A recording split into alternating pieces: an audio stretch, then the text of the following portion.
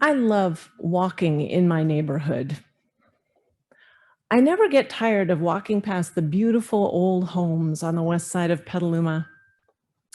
I relish. Oop, here we go. Standing by. Test, test. Test, test. Okay. Very good. Shall I continue? All right, good. And I relish seeing my neighbors and watching their gardens grow. And I must admit to harboring just a little bit of envy at their landscaping and the big TV sets I see through the windows, the nice cars that indicate financial success. Now, these folks are fine, socially responsible people. I see lots of Black Lives Matter banners in windows and lots of good causes supported on bumper stickers. And I'm happy for their apparent success. And yet sometimes I have to work just a little bit at feeling like maybe I've fallen short. My friends, that is capitalism at work. Message abound that tell me I should earn more, spend more, have more, or I'm not a success. Do you get those messages too? Yeah. Now, I actually consider myself a great success. I had a solid corporate career that supported my family and me and was grateful for that. And I had enough means to retire early and go to seminary and follow my dream of UU ministry. I have an amazing, abundant life, and I feel like I wouldn't change anything on this path. And yet I constantly receive the message that I need to do more, have more, be more. So I'm not falling behind. So I'm not failing. Now, for the past month or so, I've been reading a fascinating book called Caring for Souls in a Neoliberal Age. It's by Bruce Rogers Vaughan. It is dense and chewy, and it really did take me a month to read it, I have to tell you. The author proposes that neoliberalism, the form of capitalism that's really gripped this country and the world for the past 40 years or so, has affected far more than the economy. He says it's fundamentally affected and changed the way we relate to our communities, our societies, and ourselves. Now, I'm not an economist, so forgive me, but I'm just going to summarize the first half of the book as simply as I can. Basically, neoliberalism is a free market ideology based on individual liberty and limited government. The ideology entered the mainstream around 1980 and is associated with the policies of President Ronald Reagan in the US and Prime Minister Margaret Thatcher in the UK. And I have to tell you, my husband came across something probably on Facebook that was a 6 degrees of separation from Ronald Reagan, right? Have you seen this? Where basically you can take any problem, societal problem, and link it back to, I don't know, I haven't tried it yet, but neoliberalism has nothing to do with being socially liberal. Instead, it's about liberating the market so that there are few barriers to trade, fewer regulations on corporations and the wealthy, and more privatization of things that used to be held in the public good, like utilities and water supply, that kind of thing. The result is that corporations and the wealthy focus on maximizing profit without having to worry much about the public good. This encourages individuals to act out of their own self-interest while obfuscating the fact that maybe it's not really their self-interest that they're working for, but maybe it's serving the power brokers. The system also encourages competition rather than cooperation, thus creating kind of winners and losers. And the losers then are blamed for their lack of success and are viewed with suspicion and derision. And moreover, it becomes easy for all of us to focus that suspicion and derision on ourselves if we think we are not measuring up. And this can lead to deep feelings of shame and self-blame and even despair. So the focus on individual responsibility turns social crises into personal crises and places the responsibility for inequality, say from racism or classism or sexism, on the individual. And as a result, there's an erosion of empathy and compassion and a loss of solidarity and community care. The author claims that this neoliberal ideology also erodes what he calls soul. Now, Rogers Vaughan defines the soul as that activity or capacity that binds individuals to one another, with society, with creation, and with the eternal. He says that soul is the fabric of connection that weaves us all together with all that is. It is the fabric of connection that weaves us all together with all that is. Sounds kind of familiar, doesn't it? Reminds me of our 7th principle, which states that we are all part of an interdependent web of all existence. It may be similar to Emerson's concept of the oversoul, which some of you may have heard of, where he says that's the great nature in which we rest. It seems to me, though, that Rogers Vaughan's concept goes deeper because he sees it as a way of existing within our entanglements with each other, a way characterized by love, attachment, appreciation, wonder, and longing. I see the interdependent web, too, as a series of entanglements, interconnected and complex systems that link each of us through many nodes with all of life in ways we can't even imagine. I often think of that system through physical science lens, because I'm a physical scientist.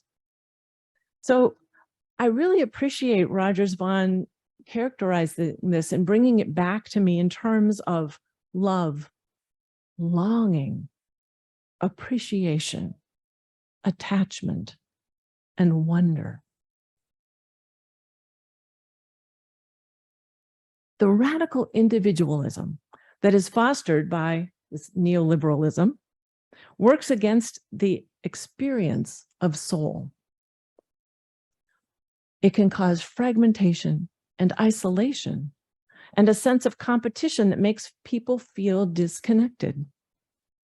The author says that caring for souls in the neoliberal age requires us to remember the soul, remember it. So he talks a little bit about souls as kind of an individual experience, and yet for him, it is really one soul that connects us all, and that we need to come back to and remember. So friends, as I read this book, I understood that Unitarian Universalism can be part of the antidote to this separation and soul weakening of our global culture. We profess a set of principles, don't we, that recognize both the worth and dignity of every individual and the importance of justice, equity, and compassion in all human relations. These are principles that point to a way of being together that allows us to express our own needs while always considering and listening to, hearing the needs of all humans and more than humans who have perhaps no voice. Yet these principles are only pointers toward that lofty goal, toward the creation of a true beloved community.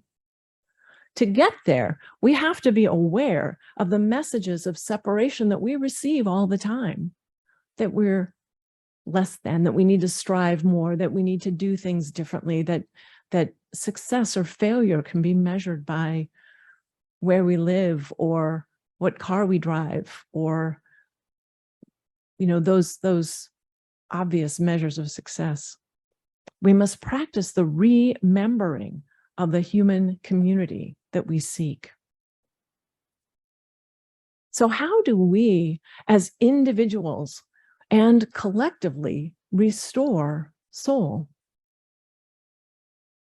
We do this, well, whenever two or more are gathered. We do this through sharing our lives together, by creating a space where we can truly express the deep longings of our soul. We do it by truly seeing the humanity in each other, even when we disagree. We remember by using our relational power, as UU theologian Sharon Welch calls it. This relational power brings about resilient connections, she says, that are the presence of grace. She says grace is a power or an intensity of relationship that is more than we can predict or produce solely by our own volition. Grace is all there is or need be of the divine. Those moments, those enlivening, soul-filled, restorative moments that we have together. These moments have the power to restore hope. And Rogers Vaughan says, if the body of soul is love, a collective body of love, then hope is its breath. And that hope exists in the form of justice. So soul is not a static essence. It calls us to bring hope in the face of despair and to expand our circle of care to bring justice to all. Yesterday, I read a beautiful example of this soul work in a Facebook post from Reverend Janet Newton, who is the minister of the UU Society of Martha's Vineyard. Of course, on Wednesday, in a cruel act of political theater, about 50 migrants were transported from Texas to Martha's Vineyard under false pretense and with no warning to the receiving city. Well, the UU Society joined with other churches in the local ecumenical community, which was already well connected and well able to care for people in their area who need support. And they came together to care for these migrants. The whole community stepped up to respond in love to these people in need. Reverend Newton said, "We are all taught to welcome the stranger." This meeting brought more love, more hope into the world, and it restored a weakened soul. That teaching doesn't just apply to faith leaders when a major crisis occurs. For every day, there are people in crisis right here in our congregation and in our community. Sometimes these crises call us to break down barriers to care and justice. Sometimes they call on us to collaborate with other justice-oriented religious organizations, as many of you do with Common Ground, the Napa Valley Interfaith Group, the Food Bank, and so many others working here for the common good. And of course, we also remember the soul whenever we care for one another in this religious community. I see so many of you reaching out to others here to give and receive support. It's so heartwarming. And I hope that you find, as I do, that these shared moments make us feel more love, more human, more connected.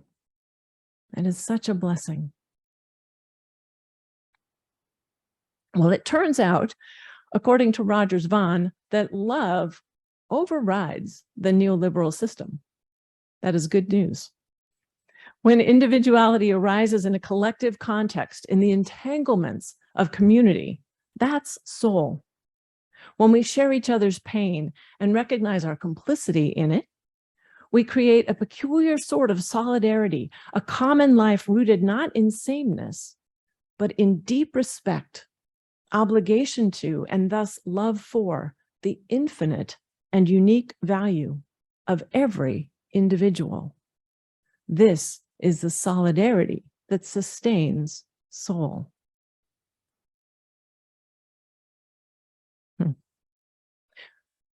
Will this reach the GOP governors in our country?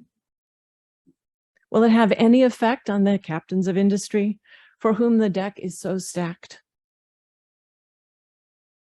I have to believe it will.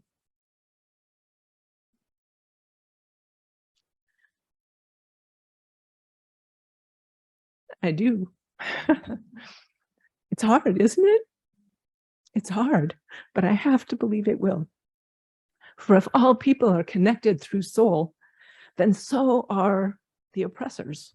So are those whom we do not agree with, those who easily constrain human rights to autonomy, human rights that would lead to autonomy, equity, reproductive freedom, and a healthy environment.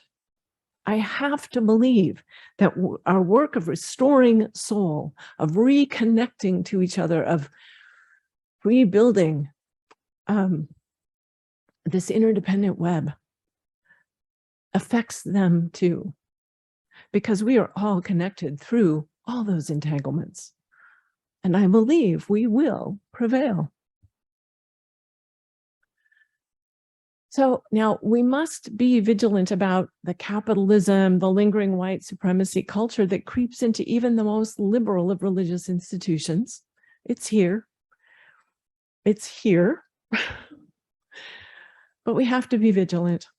We're not immune to these tendencies, but if we keep focusing on healing the collective, entangled soul, if we keep remembering we are not our own, but are responsible with and for each other, then we have a good chance of bringing hope to a despairing world and to ourselves. We might even feel the love and abundance in our everyday lives that overrides that sense of needing to have more, do more, or be more. Maybe we can find that we are enough, just as we are. And so are the others that we share this planet with.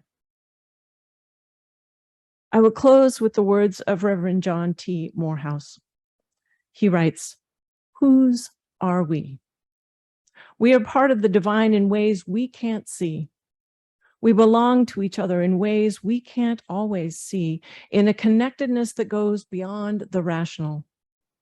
We may not feel that ever-widening sense of belonging today, but it is there. You are loved, and you are not alone." Amen.